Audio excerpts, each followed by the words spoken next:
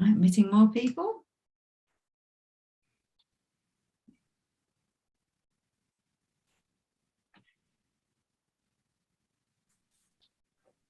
Welcome, Maya. Thanks, Melinda. Hi, everyone. Hi, Maya. Hi, Srinivas. Hello, hi. Good morning, good evening, whatever time zone you are. Which time zone are you in? I'm in India, Oh, hello. native night for us. Oh, wow. Well, thank you very much for coming along this evening. I feel privileged that you're spending your sleep time coming to see my dog. And of course, Yeah, my pleasure. It's all the credit goes to my mentor, Suresh Dasari. I like to mention his name. Sorry. So, yeah, so he is the one who coaches me personally, professionally in my life. So, yeah, so he suggested to attend this. So this is the first time I'm attending this meeting. Yeah. well, that is wonderful. Thank you. Nice to see you. For sure. Let's see if anyone. We I think there was 27 or 28 people who responded, wasn't there? So we'll do a few more soon.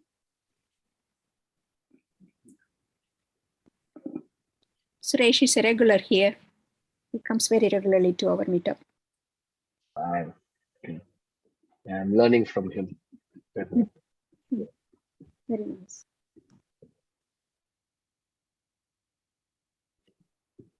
Maya, where are you from today? I'm from London, but one of my colleagues, I hosted a Scrum meetup. And so one of my colleagues saw it on LinkedIn and said, "You're going to enjoy this." Also, because there's a book. So I was like, right, I'm going to be there. Got to crack on. But it was so late for my previous call, but I'm happy to be here.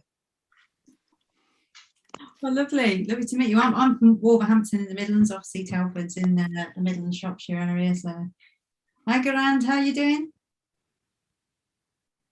Hey guys, I'm really good. So I'll put my camera on. Oops. I'm just stuck in a B&B in the. You're always stuck in a B&B somewhere, aren't you? somewhere. Did you say in Lytham, St Anne's? No, it's I'm in Speak near the Very Group. That's where I'm working at the moment.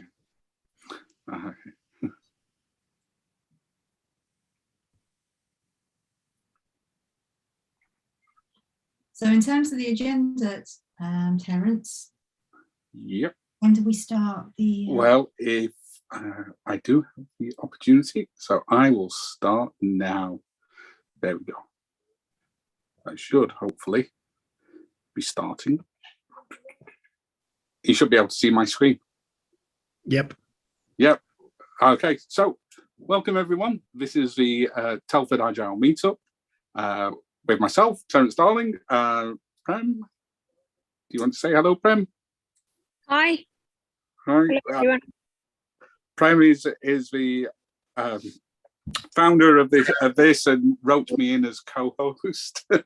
So tonight, what have we got? We have the continuation of the One Book a Month series. So Conflicted, Why Arguments Are Tearing Us Apart and How They Can Bring Us Together. Written by Ian Leslie and covered by Avni Balan.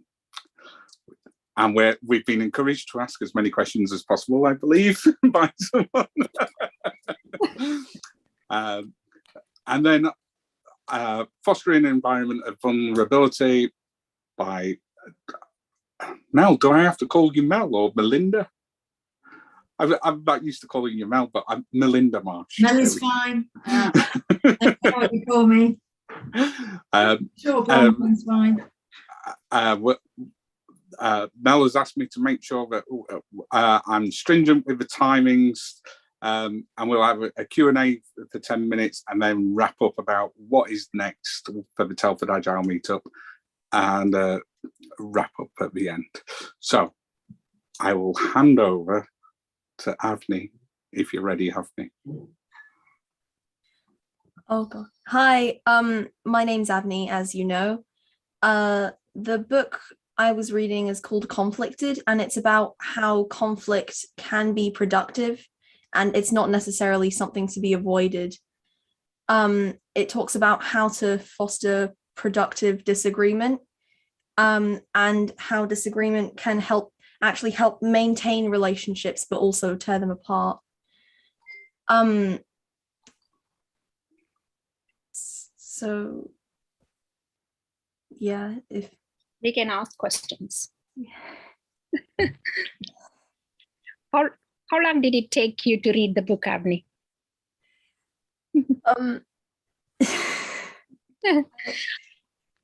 How long will it take for other people to read this book?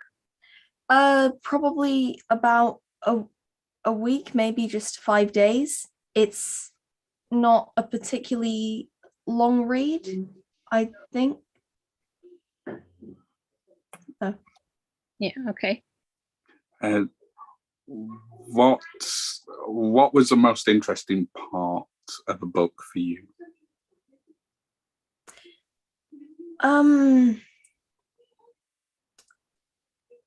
I think the most, like, what I found the most interesting was that it encouraged hostile arguments, because normally when we talk about like healthy debates, we think like very calm debates, like someone talking about one thing and then very calmly. But it talks about how in those arguments where you try and in those debates where you try and avoid argument and disagreement, it actually doesn't reach a conclusion because everyone just agrees, and no differences are shown or made. And by disagreeing, we can discover the flaws in different people's arguments, and yeah.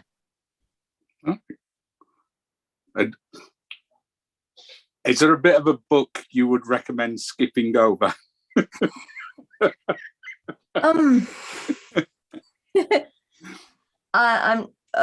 more like different specific parts within the books. The stories, like the small anecdotes that they're released, while they're very helpful, they don't really get to the point. There's like a little anecdote and like establishing an anecdote at the beginning of every chapter, and it's a bit to get through. So yeah. Cool. Well, a question for me, if you don't mind me asking, guys, and I'm new to the group. Was there like an aha moment? It was a sort of like, oh, you know, they were describing a behavior or an anti-pattern that you exhibited, and you went, oh, that's me. Was there anything where, right, I really get this book, and I exhibit those sort of behaviors. There's something I can really do to address some of my behaviors myself. Yeah, definitely. One thing it talked about is argument across social media, and like racism, sexism, and how people will make like paragraph long comments on to prove them wrong. And they talked about how people do that because they feel rewarded when their point is proved to be right. And yeah, I'm definitely one of those people who gets into an argument like just to prove myself right. So what would you change?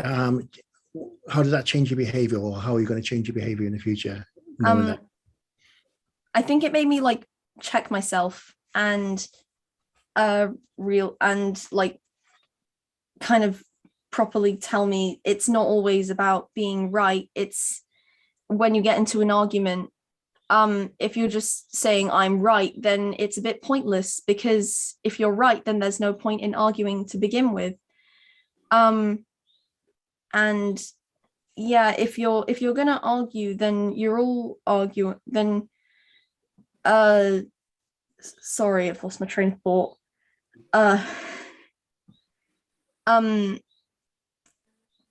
If you're gonna argue, yeah, you learn something from others, don't you? If you stop arguing and want to listen to what other person's point of view, then there is an opportunity for you to learn something. Yeah. argument's not really about one side being right and one being wrong. It's really about learning something. So, Yeah. There was something you talked about, a team. You're arguing for the team. Oh yeah. If you're gonna argue, you're gonna argue for the team, and you're not really. I basically already said this. You're not really arguing for yourself, because if you're saying, my point is right and I'm great and I'm not worthy of you, then you're not worthy of their arguments. So why are you arguing to begin with? If you're arguing, you shouldn't just argue for yourself, because then nothing gets anywhere.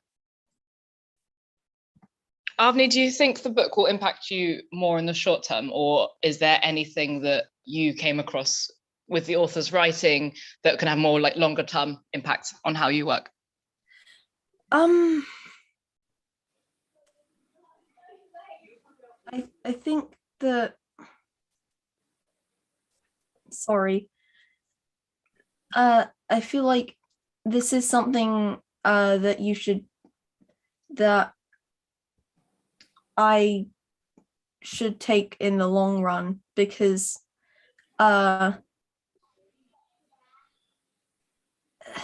sorry. It's okay. Just take a pause, have a think. It's much better when you think something through first. There's no pressure. And also that it's not a trick question, because if the truth is that you won't actually think about this book again in 6 months, and it was great for now, and you might use it for 2 months and you won't again, that's also fine. I'm just curious to hear. Yeah, I'll be honest. I feel like I might just use it in the short term. It's very useful if I get into a disagreement, but I don't have conversations that often. So, you go to your debating club. Yeah, but yeah. That's okay. The real question is, have you used it to come to an agreement with your mom, or to beat your mom in an argument? Oh, did I ask that out? You can tell us. You're in safe space. On a serious note, you mentioned that it was written with some anecdotes and then some practical application. Does it rely heavily on knowing a lot of other things, so psychology and things like that, or is it all contained within the book and the chapters? Sorry, what do you mean by that? So sometimes when some, I'd say badly written books, some books will say, oh, just like Maslow's theory, or just like Tuckman's model, but then they don't explain what that is. Whereas other books are sometimes, they'll say, oh, it follows this particular thing, which is blah, blah, blah, and fully explains itself. Sometimes it does just say similar to this and then just moves on, but most of the time it does thoroughly explain what happened. It mainly explains events, not really like facts or yeah. It is. Nice, thank you. So the question is, would you read anything else would you by read it this again? author? Similar question. Go ahead. Almost the same question. Bizarre. Exactly. Oh, absolutely. I've actually taken a brief look at other things by Ian Leslie, and they're like really refreshing books about how to do things, and they apply things to the modern world. They use a lot of references. It's a great he's a great author. Yeah. What's the other book you have read by Ian Leslie? It's called Curiosity, and I actually found it while I was having a mental breakdown, like, oh no, I'm not smart, I'm not curious. And that was a very lucky book to find, and very useful too. I can't remember what it's about now. It's about different kinds of curiosity and how to foster them, and why the schools of today don't really do that. So yeah, I especially enjoyed that part. Yeah. Hi. I'm sorry. I'm sorry, Melinda. Yeah. So, Avni, first of all, I'd like to, give an applaud for you that you are reading a book in this age, right? So, if you, sorry for the tangent discussions. So, in my age, I'm 33 now. So, you give me a book, I'll not read it. I'm afraid of books always since my school days. So, I keep running away from books. So, that's why I kept writing my 12th stand, class 12 almost 5 times. Then successfully I cleared it out. So first of all, a huge applaud for you and the habit of reading a book. That is really wonderful. So keep it up.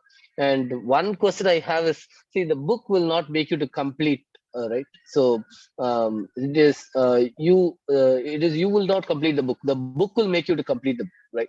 So what made you to get the interest to complete the book?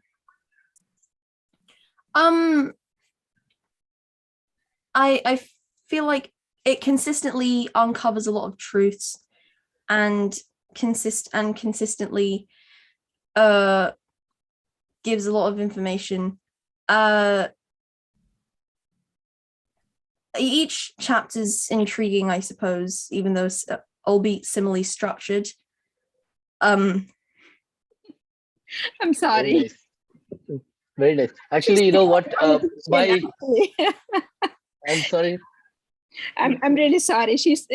When I hear her talk like this, she's really becoming a politician. She finished this book to meet the deadline of coming to this meetup. Okay. No, actually, you know what? My mentor, Avni, you know what? My mentor gave me a Scrum guide, which is just 14 pages. I took 4 days to read it first time. Okay. So the Scrum guide took 4 days for me to complete first time. That is 14 pages. Even today, I'm saying that happened just before 3-4 months back. That's all. So the habit of reading you have, that is really, really appreciable. Keep it up. Do you want to recommend Jim Quick, Avni, the person who got you back to reading? Yeah.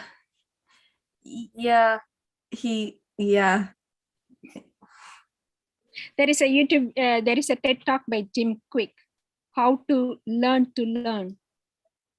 And that is really very good. Schools teaches us English, maths, those kind of things, but they don't teach us how to learn. So Jim Quick talks about how to learn, and he talks about how to read. That's what got us back into reading, isn't it, Avni? Yeah.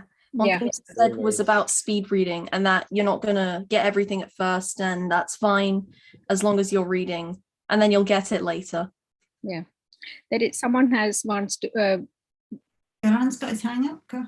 Yeah, sure. So it's just a quick one. It's more for Shrivini's. If I saw you said your name right, apologies, I haven't. I used to be exactly like you. I've been a Scrum Master. Oh God, well, Scrum Master Delivery Lead, call you one, since like 2007. And I'm like really good at sort of training courses and attending workshops and meetups are all great. But reading books, I just absolutely hated. You know, I know some good books out there like the Phoenix Project and all those sort of type, and the Unicorn Project and Lean Startup. But audiobooks was my savior. I had a lot of time traveling, and I started getting into audiobooks, and then actually some of them actually can't really put down, if that's a sense. I do a lot of traveling, but audiobooks are just absolutely brilliant. And a bit like, the speed reading, you're not going to get it all first. You just listen again, go over a chapter again, listen again, or listen to it, give it a week and listen to it again. I just think audiobooks is just such an extra dimension of learning that's probably not really fully utilized at the moment. And again, everybody has different methods of learning. I mean, we all know that there's different methods of learning, but school is not very good at taking advantage of, people, anything other than one way of learning. And I think they are slowly getting better at that in general. But yeah. So some people do really find it hard just to sit there and read something. It doesn't always take it in, and sometimes, listening to something's much better. Making things with pictures. I've taken a long time to improve my presentations to have less words and more pictures. when I, and actually get away from block text and expecting people to pick up on things, because it's not fair on them really to expect people to ingest things that way when they're also listening to somebody. Yeah.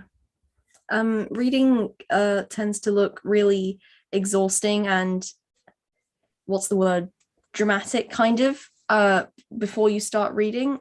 Once you get into the flow of it, like after a while, not immediately of course, but once you get into the flow of it, it's a breeze really, for me at least.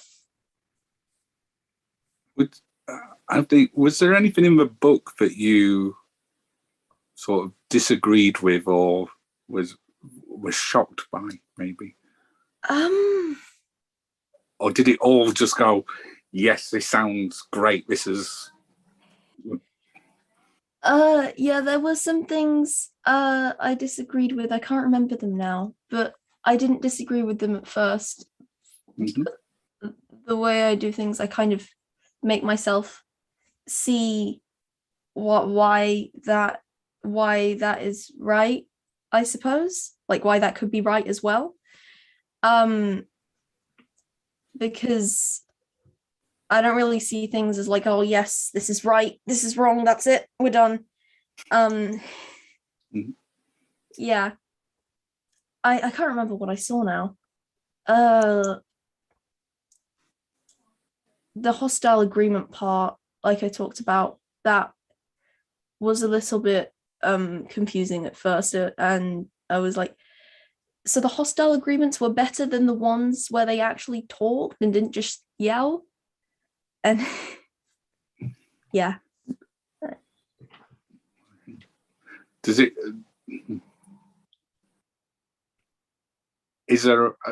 mention in the book if there's a way to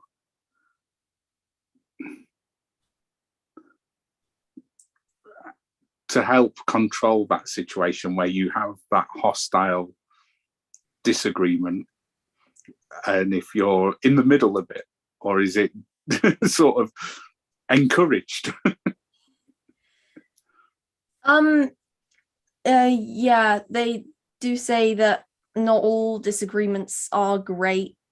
Some can be toxic, and they just tell you that you should kind of separate your emotions, I suppose, from it a little. Because if you let the argument get to you, even if the argument has nothing to do with you, everyone feels a need to prove themselves right, because when they're being disagreed with, they feel they're being attacked personally. So where was I? So you've got to detach. You're saying you detach your own emotions away from the discussion, was it? To an extent, you do keep them, but you don't take things to heart. So it allows you to separate that kind of fight or flight reflex, and maybe to actually just step back and realise that what the other person is saying definitely can be valuable, and take a little bit to think about that. Is that kind of what it was saying to you? Kind of, but you don't really remove all humanness from it. That would be impossible. One thing that is useful is something called the confirmation bias. So you'll need to be right, because of that, finding reasons that to be right, and because of that you keep pushing on, and it makes the argument stronger and stronger, and then you learn different things from it. But it can and there's so much valuable stuff the stronger the argument is, but you can lose all of that if you don't just stop and listen. There was something about the other person as well, isn't it? It's not always about us. It is also about the other person. Give face to give a face, as in give a way out for the other person so that they can change their mind too. It is not just us, there are two people in the argument, right? So give a reason for the other person to change their mind. And that kind of helps the argument change the tone, change the direction as well. Oh, you've got your hand up. Is there any advice in the book about coming to the point where you're going to get all that you can get from the conversation, whether it's hostile or not, and how to leave that conversation behind and move on to something maybe a little more constructive? Because people, as you say, like to be right. I wonder, is there a way that you can say, great, thanks then, and then just like exit left or right? Was there anything in there that kind of helped you define the escape plan at the end of these conversations? I'm not sure. It didn't really, I don't think it really talked about that to where it got to. It might have, I do remember it saying like just an argument where you just pile on to what the last thing that the other person said. Like, I like this jumper. I don't really like that jumper. Why are you discriminating against me or something really like that? You're talking about the fight or flight response, Paul. So the arguing back and back is actually the fight response. Okay, let's leave this is actually the flight response. They both are not productive.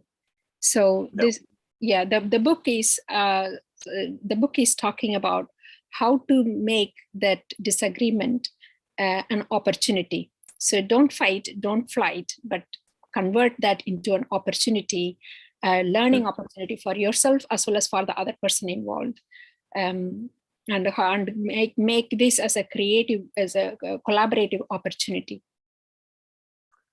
Yeah, which makes, I mean, obviously makes sense. I just wonder if, even if you're in that position and you are learning, there's probably a point in which, you know, you can draw a line and say, there's probably nothing else here. It's just opinion from here on in. And I wondered, was there a way that you could define, or the author helped define what that might look like? As opposed to running away, but actually having the conversation, then getting to the point where you just realize there's nothing else there. And maybe that's just a personal thing when you're having the conversation to draw your own conclusions. Well, like when they repeat the same statement multiple same times. Mantra. Exactly, yeah. Circle of doom. Yeah. Thank you. That's good. It sounds like an interesting book. I'm going to have to go and read it now. That's it. You piqued my interest. That was going to be my next question is, would you recommend it to other people, Avni? Absolutely. It's very useful in this day and age when everyone's just like, this is right and this is wrong, and everyone's very opinionated and like everyone's really hot-headed. Yeah, it's a very useful book to have, to just step away, realize the other side for a second, and just collaborate more, I suppose. Yeah. And where can we find? Oh, sorry. Unfortunately, it's not available on audiobook. I already checked. I was going to ask where can we find the book? Is it easy? Is it one of these which is easy to find? You just go Amazon or to your local bookseller, or is it a specialist and can only be ordered from the author? I do know it's on Kindle, and I have a paperback with me. So, but yeah, as so-and-so said, it's probably not on audiobook, which is a real shame. So, yeah. And do you think it was value for money for the cost of the book? I thought you would ask that. Budgets are tight. I actually don't know how much it cost. I remember this question from last time as well, Terence. How do you define value? It depends on your definition of value, right? True. Okay, let me phrase it a different way. Is it affordable? There we go. because as you can see, I collect rubbish, and there are books on this plastic which are £500 if you're willing to spend that money on it. I wouldn't, but some people would and find value in it. I guess I have fallen into the trap of ordering things off of Amazon and then turning up and me going, well, this is a Scrum guide just with extra pages added to it. So it's now 58 pages rather than 16, shall we say. So it's 12, it's £12 for paperback. Yeah, and it is about 200 and some pages to read. Okay, better book. What's your mom made you read next? Have you already signed her up, Prem, for the next one? For Avni's next event. Yeah. For Avni's next event. What's your next event, Avni? I don't know. Did you tell me a while back? Because I probably forgot. No. She just finished a Raspberry Pi event. Yeah. For now, we are limiting our work in progress. Otherwise, too many things are happening. She's dropping few things and assessing her work in progress. That's what is happening at the moment. Nice. Cool. Has anyone else got another question? No? In which case, I'd ask people to come off mute and give a round of applause to Avni for a great talk about the book. Thank you. Thank you very much.